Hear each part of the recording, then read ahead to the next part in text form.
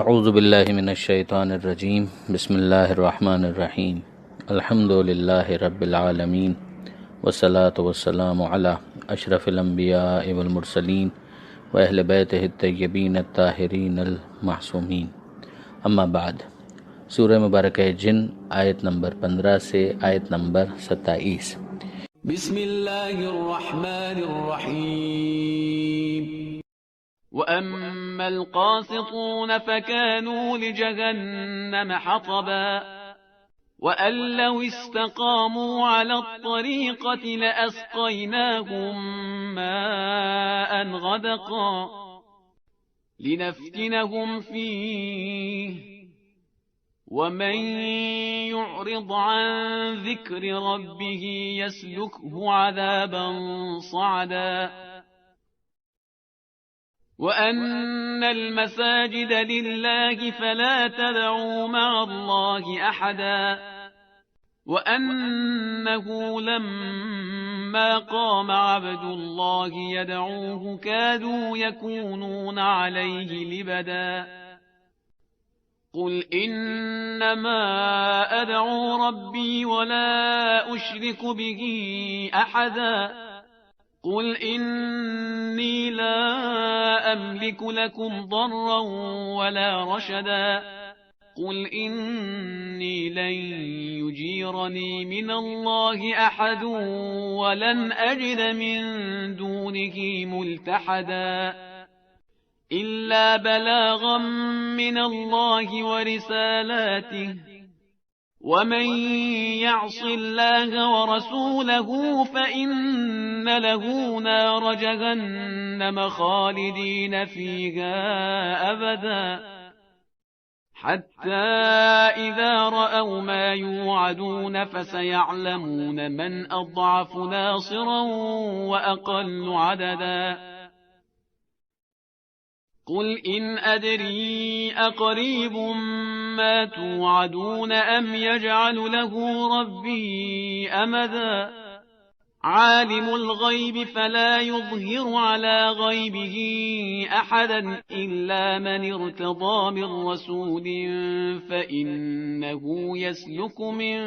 بَيْنِ يَدَيْهِ وَمِنْ خَلْفِهِ رَصَدًا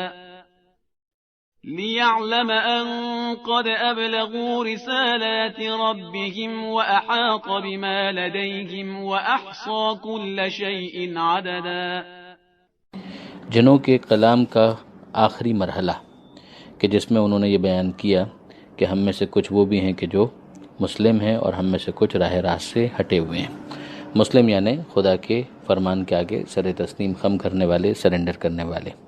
اور پھر اس کے بعد یہ بھی انہوں نے بتا دیا کہ فمن اسلم فاولئک تحروا رشدا، کہ جو اسلام لانے والے ہیں یعنی سر تسلیم خم کرنے والے ہیں، بات ماننے والے ہیں، تو یہی وہ ہیں کہ جو سیدھے راستے کو اختیار کرنے والے ہیں، رشد کی طرف آگے بڑھنے والے ہیں۔ اب اس کے بعد جو دوسرا ان کے اندر گروہ بنتا ہے اس کے مقابلے پر، وَأَمَّا الْقَاسِطُونَ فَكَانُوا لِجَهَنَّمَ حَطَبًا، اور جو راہ راست سے ہٹے ہوئے ہیں تو یہی وہ ہیں کہ جو جہنم کا ایندھن بنیں گے، جہنم کے ایندھن کے لیے استعمال ہوں گے۔ یہ آیت نمبر 15 پر جنات کا جو قول تھا وہ مکمل ہو گیا، اور پھر اس کے بعد اگلی جو بات ہے وہ جڑ جاتی ہے اس پہلی آیت کے ساتھ، کہ جہاں پر یہ کہا گیا تھا کہ قُلْ أُوحِیَ إِلَیَّ أَنَّهُ اسْتَمَعَ نَفَرٌ مِّنَ الْجِنِّ، کہ حبیب کہہ دیجئے کہ مجھ پر وحی ہوئی ہے۔ تو وہ وحی کیا ہوئی تھی؟ وہ پہلی وحی یہ تھی کہ جنات کے ایک گروہ نے اس بات کو سنا، اس کلام کو سنا، اور وہاں سے وہ گفتگو آگے بڑھی تھی اور یہاں تک پہنچی تھی۔ اب اس کے بعد جو دوسری بات ہے وہ یہ ہے کہ وَأَن لَّوْ اسْتَقَامُوا عَلَى الطَّرِيقَةِ، کہ اگر انسان بھی اس طریقے کے اوپر استقامت کا مظاہرہ کریں، یعنی جو دین کا طریقہ ہے، جو راہ راست کا طریقہ ہے، تو پھر انہیں کیا بینیفٹ حاصل ہوگا؟ لَأَسْقَيْنَاهُم مَّاءً غَدَقًا، تو انہیں خوب سیراب کیا جائے گا اچھی بارش سے، پروردگار عالم کی طرف سے انہیں سیرابی نصیب ہوگی۔ یعنی جو آخرت کے فائدے ہیں وہ تو اپنی جگہ پر، مگر اس دنیا کے اندر بھی انہیں فوائد حاصل ہوں گے۔ یہ ہم سورہ نوح کے اندر بھی پڑھ چکے ہیں، پچھلا ہی سورہ جو تھا، کہ اس میں حضرت نوح علیہ السلام نے بھی یہ سمجھایا کہ اگر تم استغفار کرو گے تو تمہیں یہ فائدے حاصل ہوں گے۔ ان میں سے ایک یہی تھا کہ اللہ تمہارے اوپر موسلا دھار بارش برسائے گا، اور ظاہر ہے کہ بارش، پانی اگر ملتا ہے تو اس پانی کے نتیجے میں ہی آبادی وجود میں آتی ہے اور باقی رہتی ہے۔ اگر پانی نہ ہو تو انسان کہاں سے سروائیو کر پائے گا؟ لیکن آگے پروردگار عالم نے یہ بھی بتایا کہ لِنَفْتِنَهُمْ فِيهِ، اور اس کے ذریعے سے ہم تمہاری آزمائش کریں گے، یعنی ان لوگوں کی کہ جن کے اوپر یہ نعمت نازل ہوگی، تو ظاہر اس نعمت کا ایک محرک ہے، اور وہ محرک یہ ہے کہ تم فقط ایمان لاؤ نہیں بلکہ ایمان پر استقامت کے ساتھ باقی رہو، استقامت کا مظاہرہ کرو، یعنی تمہارا سیزنل ایمان نہیں ہونا چاہیے بلکہ ایمان کے اندر پائیداری ہونی چاہیے۔ لیکن پھر اگر کوئی یہ سمجھے کہ بس معاملہ یہاں پر ختم ہو گیا کہ اب تو ہمیں وہ نعمت بھی حاصل ہو گئی کہ جو اس استقامت ایمان کے ساتھ وعدہ کیا گیا تھا جس کا، تو ایسا نہیں ہے، اس لیے کہ اس پانی کے نازل ہونے کے نتیجے میں اس روزی کی وجہ سے جو تمہیں نعمت ملی ہے، اب پروردگار عالم فرماتا ہے کہ ہم ان کا امتحان لیں گے، ان کو آزمائش میں مبتلا کریں گے، یعنی یہ نعمت خود ایک آزمائش کا مقدمہ بن جائے گی۔ جس طریقے سے ہوتا ہے نا کہ اگر کوئی 5ویں کلاس کے اندر ہیں تو ہم یہ کہیں کہ تم محنت کرو گے تو تمہیں پاس کر دیا جائے گا، تو پاس کرنے کے بعد کیا ختم ہو جائے گا سلسلہ؟ نہیں، اس کے بعد تم کلاس 6 میں جاؤ گے تو تمہارا مزید امتحان ہوگا، یعنی تمہیں ترقی ملے گی مگر اس ترقی کے ساتھ امتحان میں بھی اضافہ ہو جائے گا۔ تو لِنَفْتِنَهُمْ فِيهِ، تاکہ ہم ان کا امتحان لیں، انہیں آزمائش میں مبتلا کریں۔ وَمَن يُعْرِضْ عَن ذِكْرِ رَبِّهِ، تو جو اعراض کرے گا اپنے رب کی یاد سے، یعنی خدا کی یاد کو فراموش کر دے گا کہ ایک دفعہ اس نے نعمت لے لی، اس کے بعد کون خدا اور کیسا خدا، تو یہ وہ افراد ہیں کہ جو اپنی آزمائش میں ناکام ہو گئے، تو یسلکہ عذابا صعدا، تو پھر انہیں داخل کر دے گا اس عذاب میں جو بڑھتا ہی چلا جائے گا، روز افزوں، جس میں اضافہ ہوگا۔ یہ تو طے ہے کہ عذاب جب نازل ہوگا تو وہ ظلم نہیں ہوگا بلکہ ان کے اعمال ہی کا نتیجہ ہوگا۔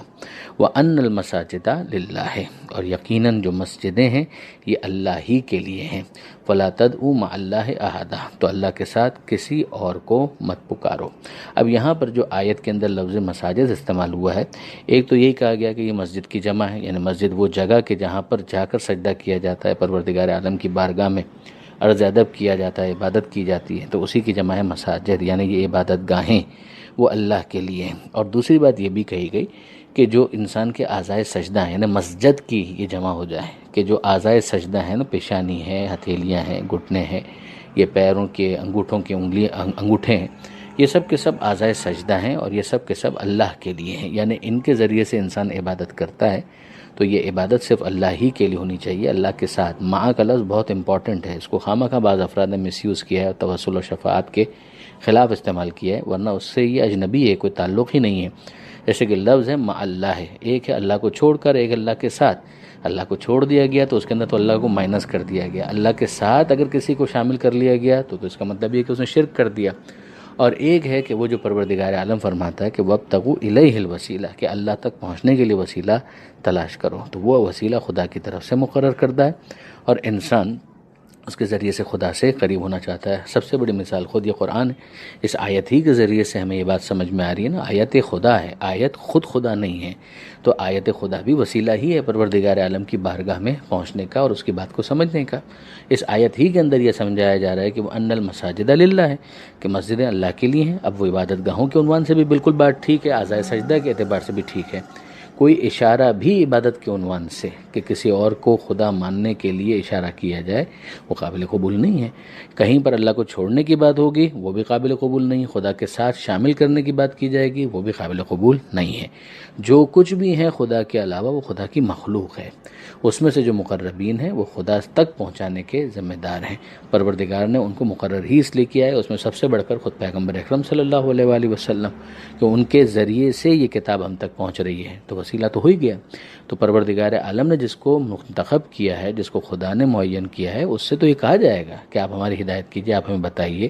آپ ہمارے لیے دعا کیجئے، جیسے کہ خود قرآن مجید کے اندر سورہ نساء کے اندر آیت نمبر 64 میں ہم یہ پڑھ چکے ہیں کہ وَلَوْ أَنَّهُمْ إِذ ظَلَمُوا أَنفُسَهُمْ جَاءُوكَ فَاسْتَغْفَرُوا اللَّهَ وَاسْتَغْفَرَ لَهُمُ الرَّسُولُ لَوَجَدُوا اللَّهَ تَوَّابًا رَحِيمًا، کہ کاش یہ ایسا کرتے کہ جب انہوں نے اپنے نفسوں پر ظلم کیا، انہیں گناہ کیا، تو اے حبیبی آپ کے پاس آتے، فَاسْتَغْفَرُوا اللَّهَ، اس کے بعد پھر یہ اللہ سے استغفار کرتے، وَاسْتَغْفَرَ لَهُمُ الرَّسُولُ، اور اللہ کا رسول بھی ان کے لیے استغفار کرتا، تو یہ اللہ کو توبہ قبول کرنے والا اور رحم کرنے والا پاتے۔ لہٰذا بہت اچھی طریقے سے اس بات کو سمجھ لیجئے کہ عبادت میں خدا کے ساتھ کسی کو شریک کرنا یا خدا کو چھوڑ دینا یہ بالکل ایک الگ چیز ہے، اور کسی کو خدا کی بارگاہ تک پہنچنے کے لیے وسیلہ سمجھنا یہ بالکل الگ چیز ہے۔ من ذا الذی یشفع عنده الا باذنہ، کون ہے کہ جو اللہ کی بارگاہ میں شفاعت کر سکتا ہے مگر وہ کہ جسے خدا اذن دے، خدا اجازت دے۔ تو یہاں پر جو کہا گیا ہے وہ بالکل واضح ہے، مسجد اگر نہ بھی ہو تو خدا کے ساتھ کسی کو شریک کرنے کی اجازت نہیں ہے۔ مسجد میں اگر یہ گناہ ہو رہا ہے تو اور بھی بڑا گناہ ہوگا۔ وَأَنَّ الْمَسَاجِدَ لِلَّهِ فَلَا تَدْعُوا مَعَ اللَّهِ أَحَدًا وَأَنَّهُ لَمَّا قَامَ عَبْدُ اللَّهِ يَدْعُوهُ، اور یہ لوگ عجیب ہیں کہ جب بھی ہمارا اللہ کا بندہ کھڑا ہوتا ہے تاکہ لے اس کا نام، اس کو پکارے، تو کادو یکونون علیہ لبدا، تو وہ اس کے اوپر ٹوٹ پڑتے ہیں۔ اب یہ ظاہر ہے کہ مشرکین مکہ کا جو مزاج تھا کہ وہ پیغمبر اکرم صلی اللہ علیہ وآلہ وسلم کو اذیت دیا کرتے تھے، اور یہ ہم پہلے ہی دیکھ چکے کہ سورہ جن کے حوالے سے شأن نزول کے اندر طائف کا بھی تذکر آیا تھا، اور یہ سارے واقعات اس وقت کے ہیں کہ جب جناب ابو طالب علیہ السلام اس دنیا میں نہیں رہے، تو اس کے بعد پھر فزیکل ٹارچر بھی پیغمبر اکرم کو ان لوگوں نے کرنا شروع کیا۔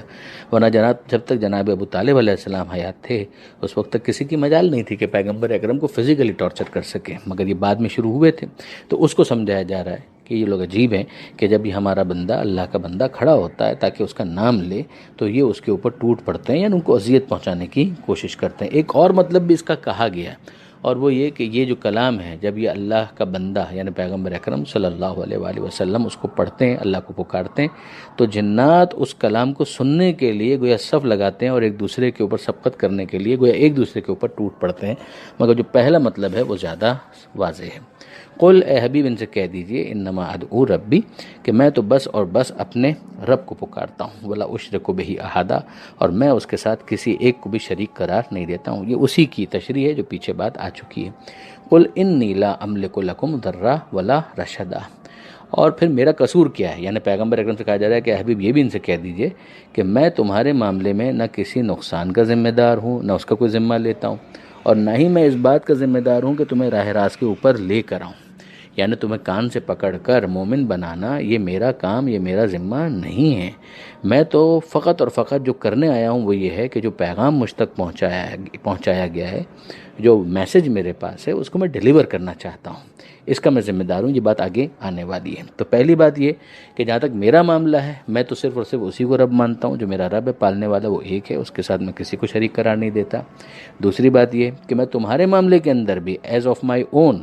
نہ میں کسی نقصان کا ذمہ دار ہوں، میں تو تمہیں راہ راست پر بھی نہیں لا سکتا، تو پھر میں راہ راست پر لانے کی کوشش کیوں کر رہا ہوں؟ میں اپنی سے کوشش کر رہا ہوں، لیکن یہ کہ کان سے پکڑ کر میں کسی کو راہ راست پر نہیں لا سکتا۔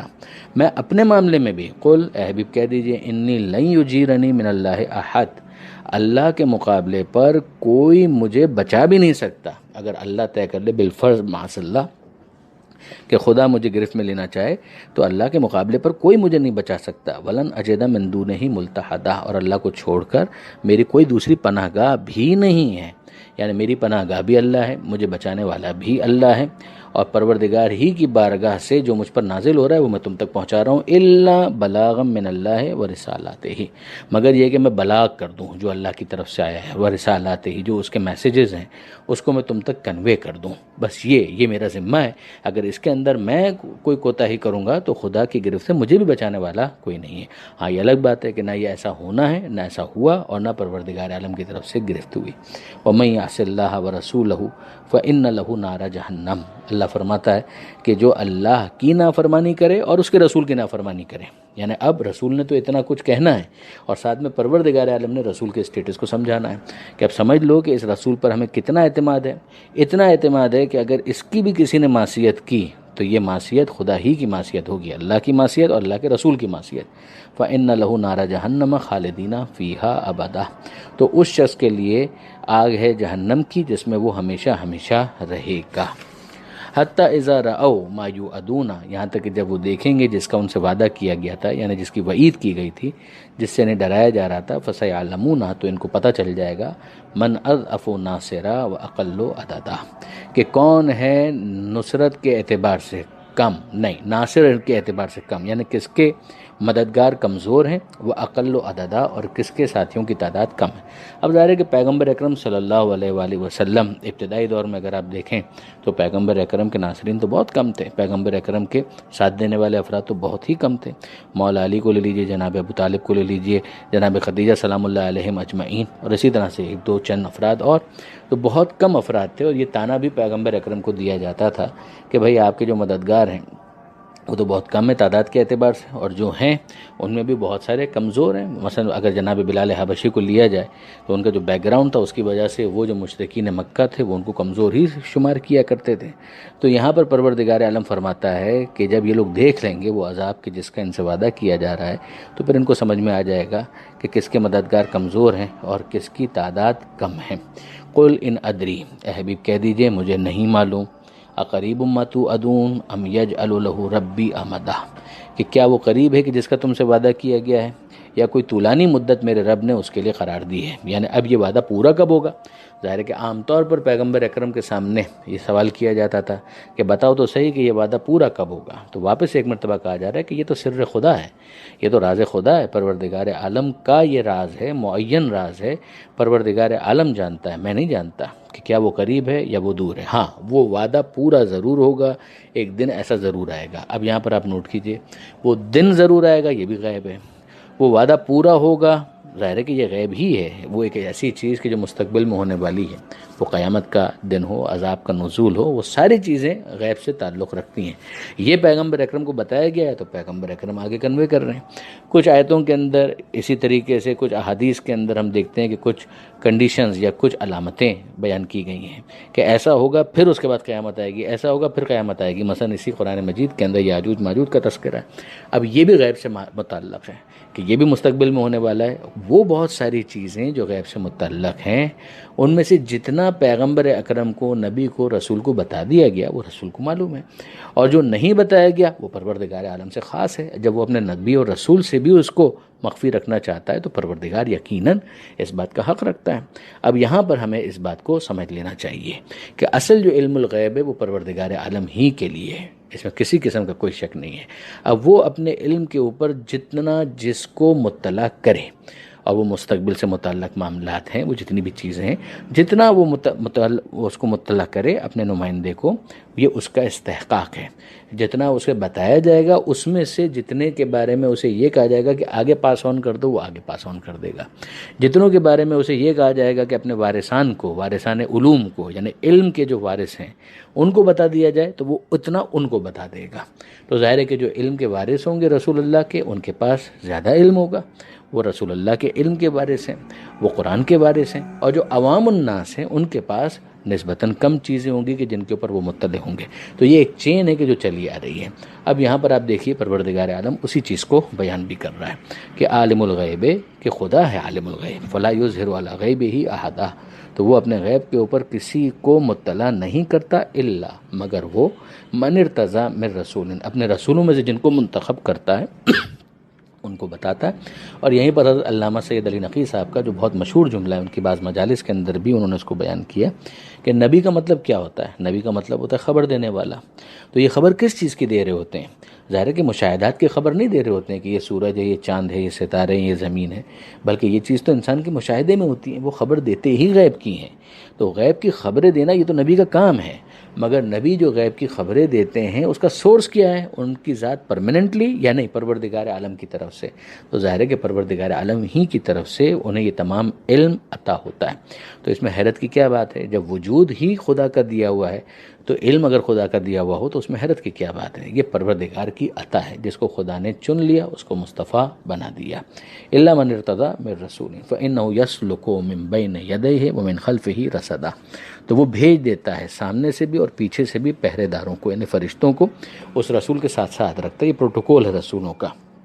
لیعلم ان قد ابلغوا رسالات ربہم، اس لیے کہ خدا یہ چاہتا ہے کہ اسی طریقے سے یہ متحقق ہو جائے کہ وہ اپنے پیغامات کو پہنچا دیں جو ان کے رب کی طرف سے پیغامات آئیں۔ اچھا ابھی ہم پہلے ہی پڑھ چکے ہیں کہ مثلا جنات وغیرہ یہ آسمانوں کی طرف جایا کرتے تھے، رسول کے آنے کے بعد ان کے راستے روک دیے گئے، شہاب ان کے اوپر پھینک دیے جاتے ہیں کہ جو مانے ہو جاتے ہیں تاکہ وہ وہاں کی کوئی خبر اچک نہ لے، وہ وہاں پر پہرے تھے۔ اور اب یہاں پر جب رسول آ گئے، ان تک فرشتہ پیغام لے کر آیا ہے، تو یہ جنات جو ہیں کہ یہاں پر اپنی جو سرکش جنات ہیں، کیا وہ پینیٹریٹ کرنے کی کوشش نہیں کریں گے؟ وہ کرتے رہیں، یہاں پر بھی پہرے بٹھائے ہوئے ہیں، پروردگار عالم کی طرف سے انتظام ہے کہ وہ یہاں سے بھی کوئی چیز اچک کر نہ لے جا سکیں، انہیں پینیٹریٹ کرنے کا موقع نہیں ملے گا۔ اب لغو رسالات ربہم، یعنی وہ جو علم پروردگار کے اندر ہے وہ متحقق ہو جائے، وہی چیز فعلیت اختیار کر لے، وہی چیز ایگزیکیوٹ ہو جائے کہ وہ پیغام کو پہنچا دیں اپنے رب کی طرف سے جو ان تک پیغام پہنچائے۔ وہ احاطہ بما لدیہم، اور وہ گھیرے ہوئے ہے انہیں چاروں طرف سے، جو کچھ بھی ان کے پاس ہے پروردگار ان کے اوپر محیط ہے۔ وہ احصی کل شیء عددا، اور وہ ہر چیز کے اوپر اس کی گنتی اس کے لیے ممکن ہے، وہ ہر چیز کی گنتی پر بھی حاوی ہے۔ اچھا، اب آیت نمبر 27 جو تھی اسی پر یہ صفحہ تو مکمل ہو جاتا ہے، مگر آیت نمبر 28 کو ہم نے اسی لیے ساتھ میں شامل کر لیا تاکہ سورہ جن مکمل بھی ہو جائے، اور چونکہ یہ جو بات ہے وہ کنیکٹڈ ہے۔ اب یہاں پر آیت نمبر 28 پر اگلے صفحے کی جو پہلی آیت ہے اس کا بھی بیان ہو گیا، تو اب کل سے انشاءاللہ پھر ہم سورہ مزمل ہی کے اوپر گفتگو کریں گے کہ جو اگلے صفحے پر ہے۔ پروردگار عالم سے دعا ہے قرآن پڑھنے، سمجھنے اور عمل کرنے کی توفیق عطا فرما، اور وارث قرآن امام زمانہ کے ظہور میں تعجیل فرما۔ وآخر دعوانا ان الحمد للہ رب العالمین، والسلام علیکم ورحمۃ اللہ وبرکاتہ۔